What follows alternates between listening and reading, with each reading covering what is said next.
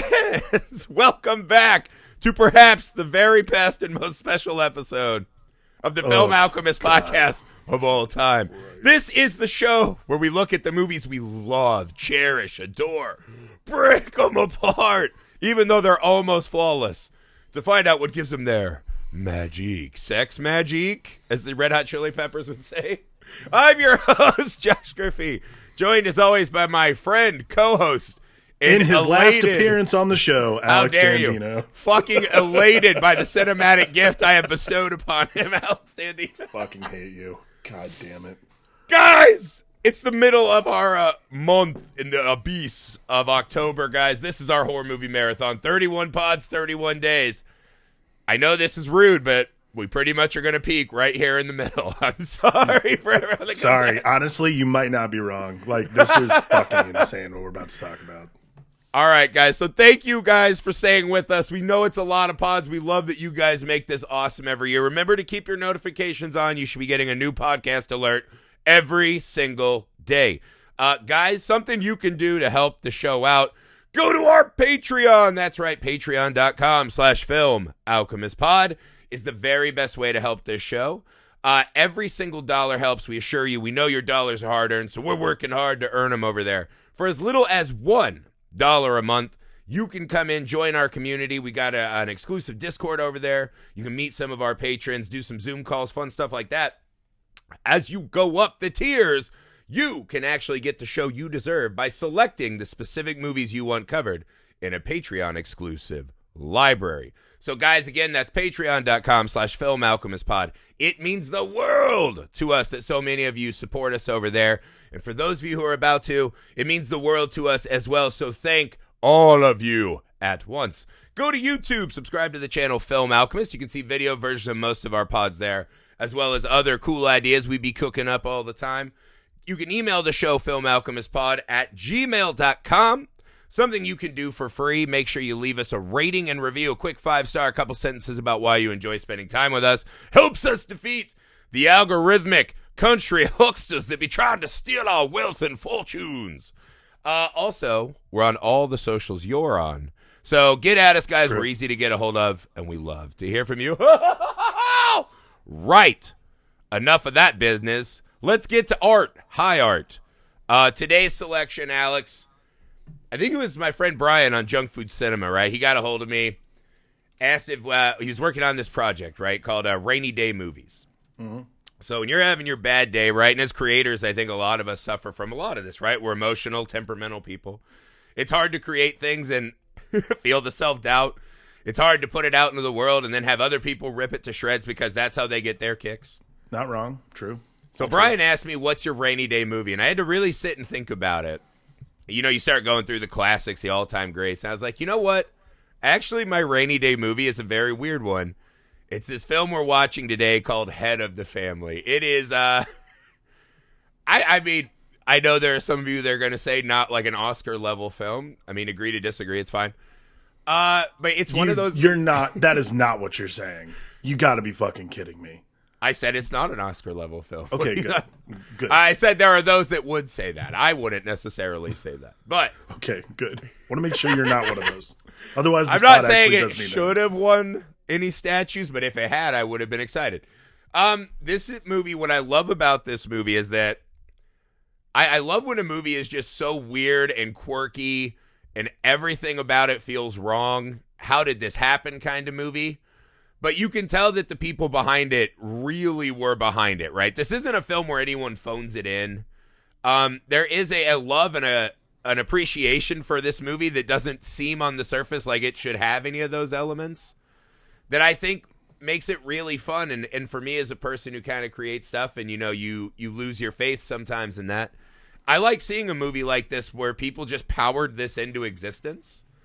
And it's better than, honestly, it probably has any right to be. So this is a rainy day movie for me. I've seen this way more than I would care to confess on this pod. Alex, what was your experience like seeing The Light for the first time? Yeah, believe it or not, first time for me. It's real shocking, I know, given that this is the kind of movie I would always watch on a rainy day. Yeah, this movie had all the earmarks of porn, bad lighting. I feel like, having gone through and edited, performances. we've talked about there's a lot of low budget horror movies that are really straddling the porn aesthetic line. Which, again, by the way, this one is not humping necessarily the line. a bad thing almost. Yeah, of the this time. one is humping that line in the back of the food freezer. Yeah, literally, like this is hump. Yeah, this is for sure. Like, and not even hump, like dry humping in the back of the food freezer. Yeah, it's But I mean, look, this is the important thing about the movie, and this is why actually like talking about it doesn't bother me. Like, we've done movies on this pod where I've been like, I don't even want to talk about this movie. Like, it was not entertaining to me in the slightest. Like, everything about it sucked. I did not enjoy this movie. My opinion. This movie commits to the bit so hard, you can't fault it, and you have to respect it, and you have to go through and say, you know what? This is the movie that's like, this movie could do two things horribly wrong, and this movie would have been like probably shot and be like, if anyone ever finds out any of us were in this, our careers are over. Which is like, either take itself way too seriously, like turn this thing into like meta horrifying, like just Planet of the Apes style, like murder spree type movie, or it goes way too hokey and way too corny. It does this amazing thing which cannot be duplicated. There's no way this movie can be made again, period. So you're not with me on trying to buy the rights to Head of the Family? Not this one. If I were to cash in, because we always say if we got our big Hollywood check, right, and they're like, we'll let you reboot something, what's number one? We both said it, Event Horizon, right? Mm-hmm. I think that is just not that we'd ever make as good as Event Horizon film, but it's just it's very fruitful territory. There's more meat on that bone, right? Yeah. Mm-hmm. This would probably be my number 2.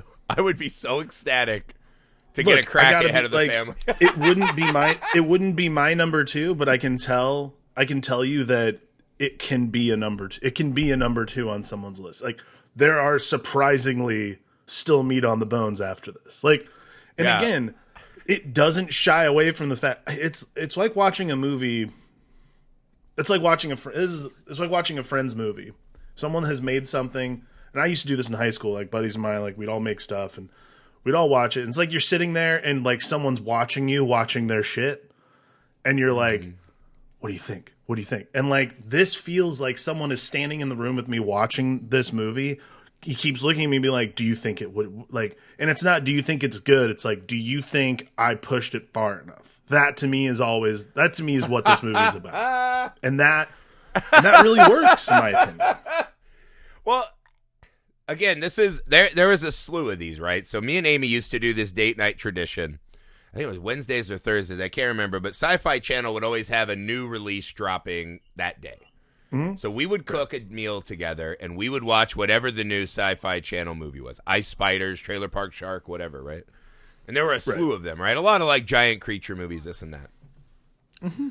And they were almost all exclusively bad, but they committed the sin that I hate the most, which is they'd find a guy who was a star, air quote, to like our parents, right? Right. Like TV's Eric Estrada. And you're like, he means nothing to me and anyone else watching this movie. But if my mom's flipping the channel, she'll be like, Eric E. Estrada, I'm in, right? Like, I'm going to watch. And Eric Estrada is still in this spot where he's like, well, I'm still a star. Right. So he treats the Sci-Fi Channel movie, of which his talents are barely capable, as if he's dramatically better than. And it was hard to watch this guy just shit on, like, hey, you signed on to do a movie called Trailer Park Shark. Maybe get off your high fucking CPH horse. Listen, you know what I mean?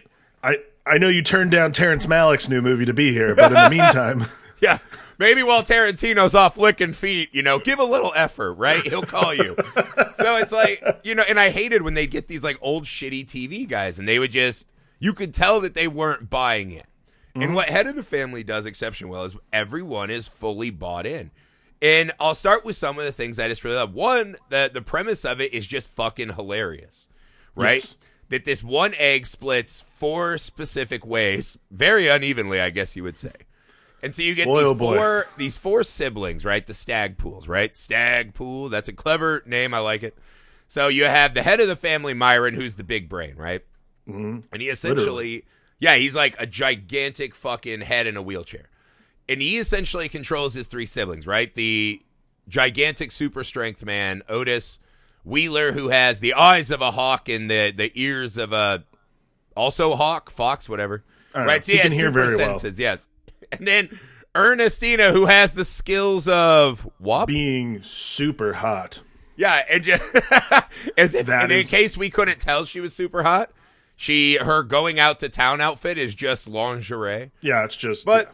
so right off the bat, you're like, all right, Got would it. you watch like a country fried psycho with four siblings that come from the same egg and the one guy's a giant head in a chair? And you're like, yes, I'm interested. But I'll tell you right from the start, what I really like is I actually think the script for this movie is fantastic. And not just the story. I think the dialogue in this movie is fucking funny, right? And so our main guy, Mr. Bogan, right? He essentially is playing this trailer park Clark Gable, right? And like His Girl Friday or whatever. Boy, oh boy. Or was it happened one night? Is that a description or what? How dare I'm saying this movie is infused with the love of Golden Age Hollywood. And I think he's playing this like white trash, trailer park screwball comedy character. The dialogue and the tempo with which these actors are delivering the dialogue is really snappy and fun. I really like the kind of eloquent talking white trashisms of this film. I mean, I'm not sure I'd ever use the word eloquence when it comes to the script of this film. But come on. But look, I see what you're saying though. Like for instance, like the beginning of this movie, the top of this film, which by the way spends an inordinate amount of time establishing the fact that house is the house. Like the top of the movie literally just like does the credits over the house, and I'm just like, I get it, guys. We got to move this thing along. Like it is. There's only 82 minutes in this movie, and I've spent 5 of it staring at this house. That's another plus. If you're But not again, a huge fan, toit. in and out. Yeah, it's toit like Toyga. In and out. But no, I see what you're saying. Look, the diner scene. This movie is like Lucky Charms, and they're like, you know what? The only thing lucky about that is when we pull out the cardboard cereal parts and you just get the bag of marshmallows like everyone wants. That's what Head of the Family is. The opening scene with the diner, has like the spirit of a, supposing you're supposing. Oh yeah, I'm supposing all that. Like there is like that. There is that like Rosalind. There is that like Rosalind Russell, Cary Grant, like repartee, like attempted at least. It's not necessarily replicated. I'm not but saying it's on the same level, but I'm saying it's a nice change of pace. It doesn't sound like other low budget, shitty made for TV movies like this. No, it's the meanest guy in town calling his girlfriend a fatty for eating a sundae. That's no shit. Jeez. Dog the Weight Watcher. Am I right? Dude, just like tacking it on rather than like getting a little squishy in the middle. Like, one Sunday guy? Why don't you calm down? Also, Jeez. we spend the entire rest of the movie looking at her naked body. Not squishy at all. That guy's just a bad, shitty husband. That guy's just a dick. That guy's honestly just a bad. He's just a bad. Like that particularly. Once you realize you're like, so you're just gonna body shame your Loretta into like thinking she's just only good enough for you. Not cool. That's when you're like, I agree with all this. Yeah, poor Loretta. It's really just a march of the rubes for poor Loretta. Right? Seriously. She does not have her pick of the litter, I'll say. I mean, she does. It's just a bad litter. She does. It's like just go not back a great to the litter. drawing board genetic Sorry, pool, yeah. right? She should just move. Maybe the Stagpool is actually the town and not the Stagpool. It's just not great. But I will say that I like the kind of comical, lyrical, repartee. And this gets to my second point. I think the actors in this movie are really good, actually. Like, are these actors that are like Daniel Day-Lewising? No. But they know exactly what they needed to deliver for this film, and they honestly did it exceptionally well. So our main character, right, Bogan, he's really good. He's a very passable, because a lot of these movies, they just cast the, hot guy, right? And he's got the abs and all this. But he's really good at the kind of, smarmy little con man bit. He's really good at delivering his lines. And Ernestina's really good at playing off of him. She's probably the most not living and breathing within the scene. But she's good at delivering her little comedic bits with him. There's always got to be one, But yeah, it's fine. I don't disagree. Like they put a lot more on and off of her throughout the film, so she had other things on her mind. I get it. I mean, honestly, it's think it's the guy, Lance. Lance, Lance. the very well dressed for owning a diner. Diner. He owner. looks like every guy in that era who's just like, yeah, I want to do Pulp Fiction clothes. Yeah, it's sort of this weird thing where, like, B movies for a long time are like, how do people dress when they work at restaurants? I don't know, suits. I'm like, yeah, sure, whatever. Yeah. You know what goes well with bacon grease and people bitching at me about their pancakes? Suits. Armani. Dude, I thought that I was watching this movie the other day, The Innocents, and the nanny's just like, oh, the vapors, I'd like to walk to the estate on this summer day. And she's got like 18 layers of dress on. I'm like, how did people not just die of heat stroke? Like, how are we even a species? Yeah. Maybe they did. Get That's my corset up. That's what the vapors were. Just yeah, heat that's stroke. literally the vapors. They're like, I need oxygen and water. They weren't just very sensitive. Yeah, like, I think, again, Howard, the meanest man in town, as he's described on Wikipedia. Howard is committing the entire movie. Yes. Like, he really commits to the bit. Where he's like, hey, call Lance over, and he's just putting together a gun poorly at the table. Yeah, like, in a again, like... But see, that's good writing. That lets you know he's not the tough boy that he's playing on the surface. The diner itself, too, is like, I can't... The geography of that diner makes no sense to me. Like, it's Are you doing a shining examination of the diner? No, this isn't going to be a room 237 thing. It's more just like It's more just like I was trying to figure out, like, where is this diner in the world, and is it an actual, like, because it doesn't look like a diner. It actually looks like you're going like metaphysical. It looks like a location. Actually, no. I mean, it just like it just looks like a location they found. Like, hey, I think this used to be an old jeweler's place. You just want to like set up here and pretend it's a diner. Like, there's a lot of that, but more to the point, Lance, to me, is another like Lance again committing. Like, this movie does not work unless everyone's on board with the bit. Yeah, everyone has to be on board with the story, and everyone has to be on board with who they're playing. And like, you're right, Lance is supposed to be this like extremely poor man's Clark Gable, and you know that's what it ends up being, and it does to maximum effect like the entire time. There's never a time in this movie where I'm actually not believing that guy knows what kind of movie he's in. And that's the thing. For a movie that, you know, is supposedly going to rely on the trappings of these, right? Which they do, right? There's an awful lot of tits. There's plenty of sex. Shockingly low on the kind of murders and grotesque. There's a lot of grotesque theater of the mind, as we'll get to later in the stunning finale of this film.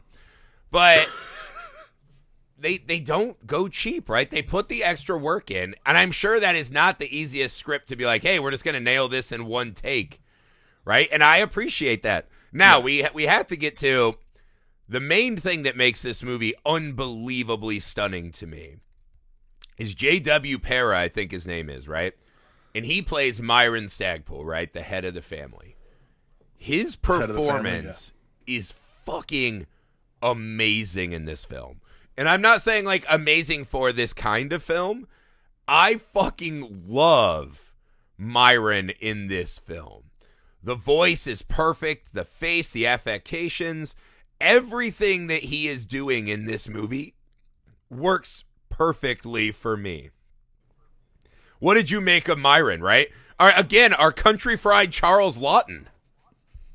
Yeah, I mean, again, this is another great example of like, there's like one way this goes horribly wrong. Like, imagine if J.W. Para decided to do this thing where he was like doing like a weird high voice and like making everyone kind of like being like really kind of like, when I was a kid, there was an Unsolved Mysteries and somebody was pretending to be Lee Harvey Oswald and his voice was like super high, like it was like really weird and kind of like he's doing the judge in Roger Rabbit.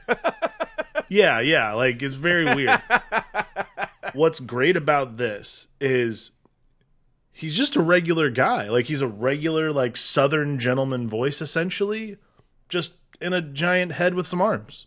Yeah, which again works perfectly. It is honestly a really good performance. Like, well, like you said, because he doesn't play it as this cartoon character. I mean, except for literally Foghorn Leghorn.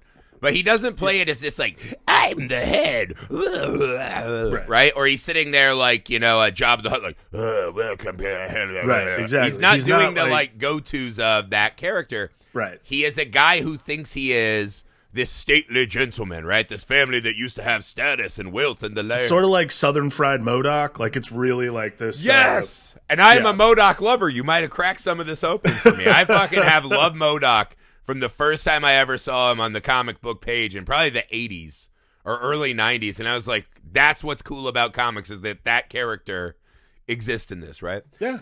But what I do, he actually does, though, right? Because you do, the way he plays him, there is a kind of respect for his intellectual powers in this. Oh, yeah. And by the end, he does manage to be very menacing, right? That last scene during the stage production, again, which we'll get to, stunning finale. Wow. It's fucking awesome. His performance is very, very good. And I do think that he elevates this movie, right? This is not Sand Sharks, right? This is better than all of its compatriots, right? This is a great performance. And I don't know that the rest of the movie works if you don't nail Myron. Like, I think everyone else is fine, but you have to nail Myron. And I think they did. Yeah. I mean, I think that's like, it is the key to the whole thing. And the fact that it works the way it does, and the fact that he does, like, again, he's taking it seriously. Like, every TV actor who does movies like this, like any actor, like, again, Eric Estrada's a great example. Eric Roberts is always the one I go to. Eric Roberts has been in like every fucking TV movie ever. Like, and only recently has he like poked into like actual movies and stuff like that. But he's almost routinely like the TV. He was like the TV actor guy for a really long time. Well, he's the guy who was a name, and then he kind of fell out of favor. Right. And you do now a lot it's of like stuff, yeah. And now it's like ironic when he shows up in movies like The Dark Knight. You're just like, Eric Roberts, the fuck happened? Like, that's kind of weird. So like, Eric Roberts though is this guy who like knows the bit. Like, he knows the bit so well though that it kind of doesn't work anymore. And like, there was a time in like the late 90s, early 2000s when he was like popping up and stuff. You're like, this doesn't really work because like the Eric Roberts joke is like kind of like over with. Like, it's not really interesting or entertaining anymore. This is exactly where like an Eric Roberts would be, and kind of like ruin the whole thing because he's just like making it a joke. Because J.W. Para plays it very seriously. Like, he's a character. It's like everyone's in this movie with a character from a Tennessee Williams play. And like, and you buy it. Like, yeah, you like the head on a Hot Tin Roof version. Yeah, it's head on a hot tin roof. It's in a again, like the head, you know, the head menagerie. Oh wait, that's not Tennessee Williams. But yeah, either way, like, it's just one of those things where you're just like, I can't believe I'm like buying this. That, I think, is the most important thing about the entire movie, is you're just watching. You're like, I can't believe I'm buying this. And that's what I'm saying. I think a lot of people turn this on and they're like, oh, fuck. And I think about 30 minutes in, you start go, oh shit, I'm actually enjoying myself. Like, I'm actually, and that again, that gets back to why this is my rainy day movie, because this is one of those, it should just be a lost in time. And I mean, you could argue it is, right? It should be a lost in time kind of nothing movie. And I think when you start watching it, you just appreciate the fact that this movie achieves as much as it does. And you can argue as to how much that is. But I think there is something really fun and extra about this, right? So we get into some of the extras once we start exploring a little bit of the Stagpools, right? And their kind of power in their mansion, right? So Myron essentially has been running an operation where he traps Florida men in a dungeon, right? Where he messes with their brains and feeds them potatoes, right? Which is actually a pretty jarring image in the middle of this film. You're like, okay, that's actually really horrific. Like, and actually, up. That was the thing that reminded me of like Planet of the Apes, is just like these like locked up humans. Yeah. Experimentations, yeah. And so they're like, okay, this is pretty good horror imagery. Now we're getting a little like Universal mad scientist vibe. Okay, I'm with it. Right. And Bogan's obviously double-crossed him, right? Lance is now interfered. Yeah. And there's this great bits of Wheeler just hawking him, right, to get the information, right? They go kill the lawyer, they're in. Yeah. Now, here's the part where it gets really strange. When Myron calls Lance and he's like, hey, you're getting a package tonight. Be alone. which is strange because what I think he meant to say is, I'm getting your package tonight. And so Myron sends Ernestina, which he claims he has used her abilities often, and he doesn't have to explain how to Lance. So as Ernestina shows up, money in hand, right? Lance says thanks. The tits come flying out, right? Right. And I believe Lance's line prior to that was, or should I say Myron? So he knows exactly what's happening. That Myron is steering the SS Ernestina right at the iceberg that is his hog. And after one foot lick, which again, that's a strange fetish to add on to Myron. I like that start. He just goes, all right. And we cut to like porn POV of Ernestina riding, and Lance just, oh boy, oh God, goodness, the Vipers, right? Whatever Southern people say. She ducks, and Otis fucking clocks him. And it just raises 3 to 1,000 questions about Myron in this. What did you make of this scene? I mean, if anything, it reveals Myron as a, I don't know, I guess maybe just a pleasure seeker. Perhaps he's like a forgotten Cenobite. Like, it's so weird. Like, Myron and Hellraiser would be the truth. Just get those fucking comically huge nipple clamps. Ah! I mean, yeah, it becomes pretty clear that Myron is, like, Myron's mind controlling all these guys. Yeah. Because the goal seems to be get Lance. Yeah. Why does he let Lance get all the way to penetration before and not climax? Wait, okay, because like to me, so like really the crux of this movie like ends up being because like you find like all of Myron's experiments are basically how to get him into another body. Like, is there a brain that can handle the capacity of Myron's brain? Yeah, because like that's the problem. Is like again like. There's no shortage of Florida men, but I'm sure none of them have the brain capacity to handle Myron's brain. Not the hardiest stock for mental transfer. Is that what you're insinuating? And again, like I actually was like, it's funny you say Florida man because in my notes I wrote down I was like, if anything, Myron's doing quite the public service, but you know whatever. I'm gonna Google how many Nobel Prize winners grew up in Florida. I'm sure over under 1. Vegas over under odds. If you had to put your life on the line, 1. If you had to put your life on the line to be in a weird Joan of Arc reenactment, what would it be? I'm going 0. Fear of Safe fire. At Shakespeare in the Park, I'm going 0. But why does he like... I feel like the reason he's like, I feel like, honestly, to me, it's like he's testing out the goods. Because like he thinks that Lance is the one.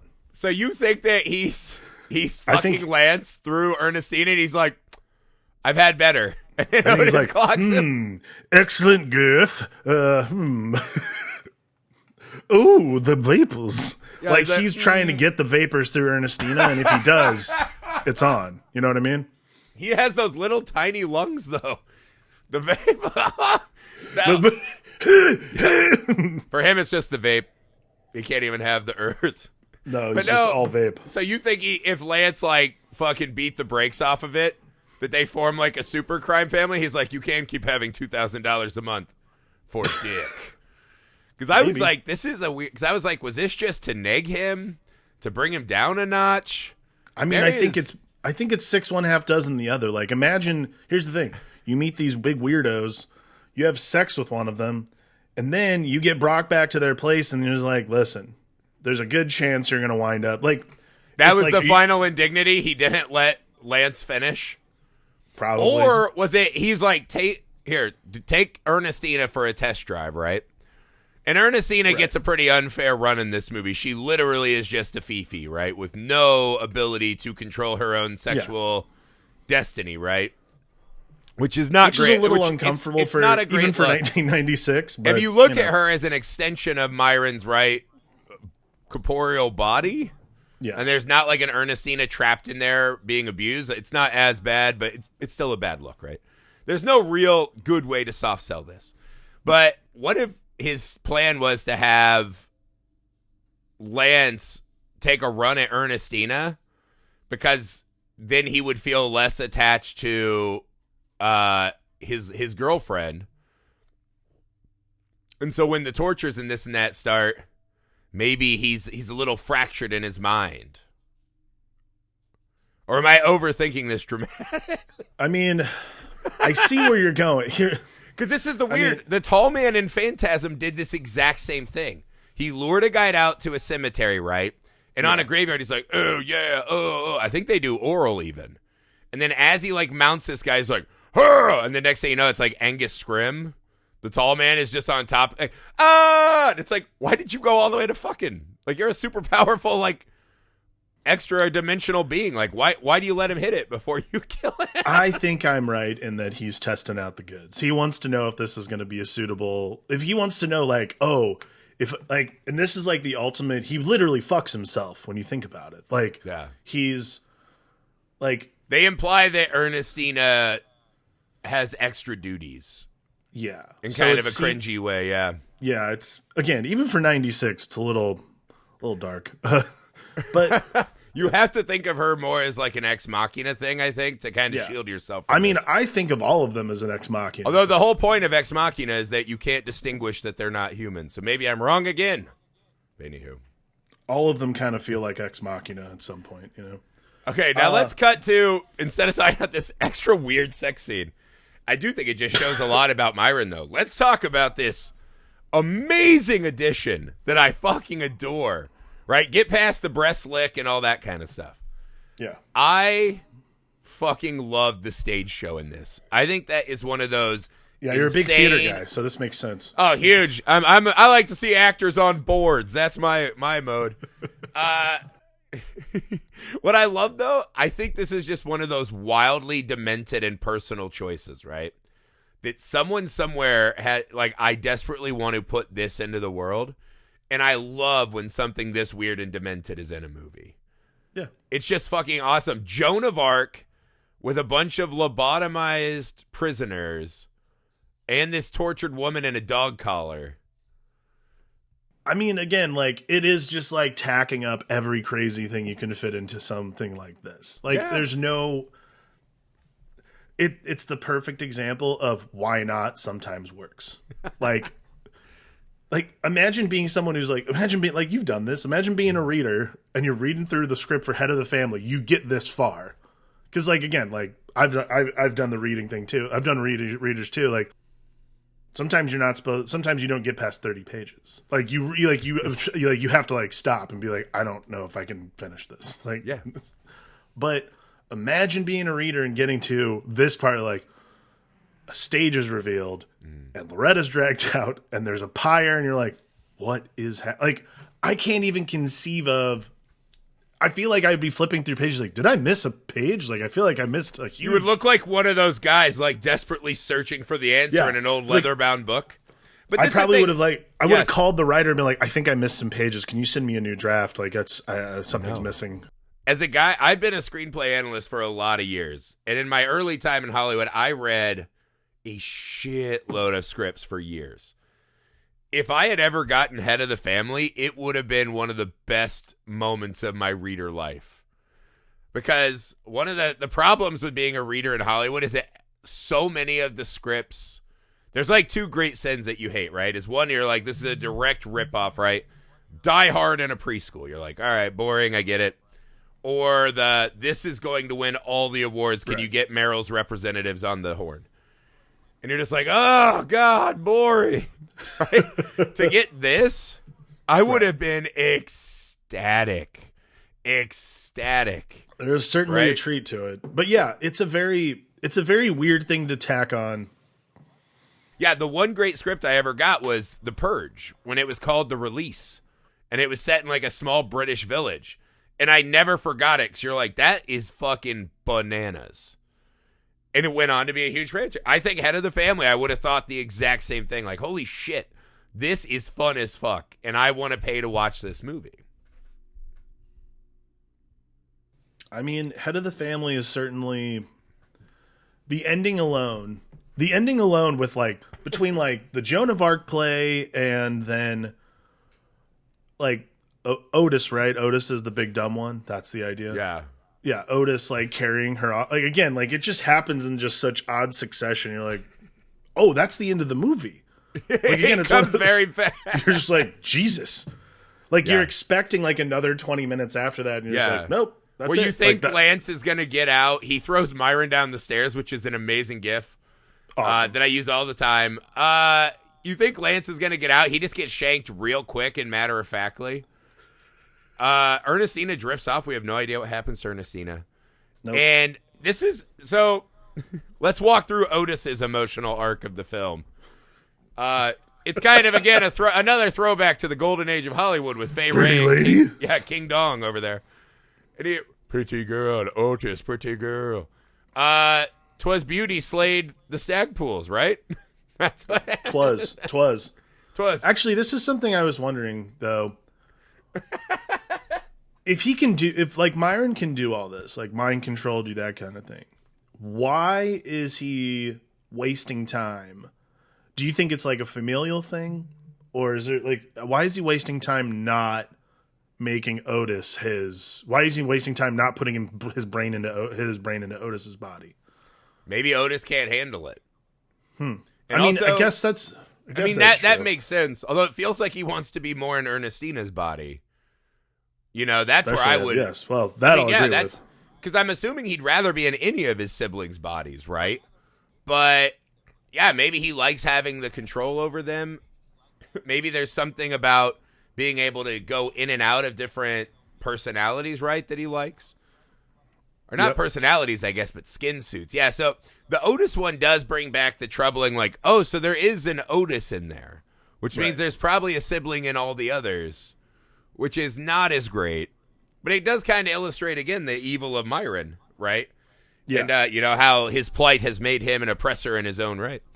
But I thought that was kind of a fun thing to add, because they're essentially, it is a brains versus brawn, and they 100% go with Braun. Braun wins the day. Braun wins the day. Apparently, brains. And it's like, if you could punch that big nerd in the head, you win.